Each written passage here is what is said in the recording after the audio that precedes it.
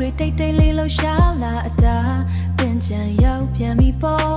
အမေအိမ်လေးကိုလမ်းနဲ့စိတ်ကပူပူပြီးထိုးလာပတောင်ရနန်းလေးလေးတွေဝေးလာတော့အမိမြေကိုရင်ထဲကလွမ်းလိုက်တာအတာတင်ချင်ရောက်ပြန်ပြီပေါ့အမေအိမ်လေးကိုလမ်းနဲ့စိတ်ကတိုးလာဒီမှာရွှာတဲ့မိုးတွေက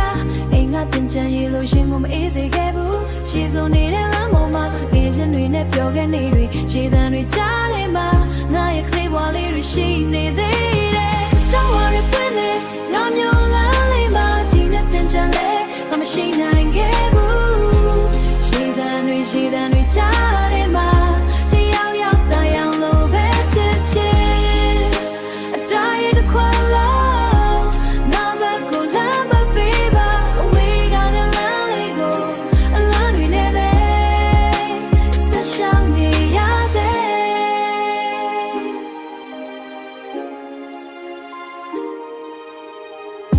မနှစောစော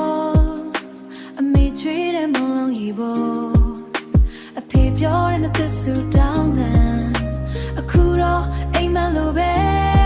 တကယ်တော့အဲ့ဒီနေ့ရက်တွေကငါဘဝရဲ့အနှွေးထွေးဆုံးအမတ်တရားလေးတွေပါပဲဒီနေ့တော့ပြန်လာမယ်အမေအိမ်လေးစီဒါပေမဲ့ခုတော့အဝေးမြေမှာရုံးကန်နေရစေdon't worry ပွင့်နေငါမျိုးလမ်းလေးမှာဒီနဲ့တင်ချင်လဲမရှိနိုင်ခဲ့ဘူးအမေစီပြန်ချင်လာပြီးအတားရတစ်ခွက်လောက်လမ်းမပေးပါအတောင်ပန်းတွေနဲ့ငါမျိုးလေးကိုမျက်ရည်တွေနဲ့စေ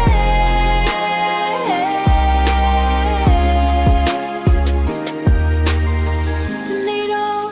ငါတို့အားလုံးတင်ချင်ကိုအတူတူပြန်ဆင်နွှဲကြမယ်အဲ့ဒီနေ့ရောက်တဲ့ခါမိအိမ်ရှိမှခြေတံရဲ့တံတွေပြန်ချရမယ်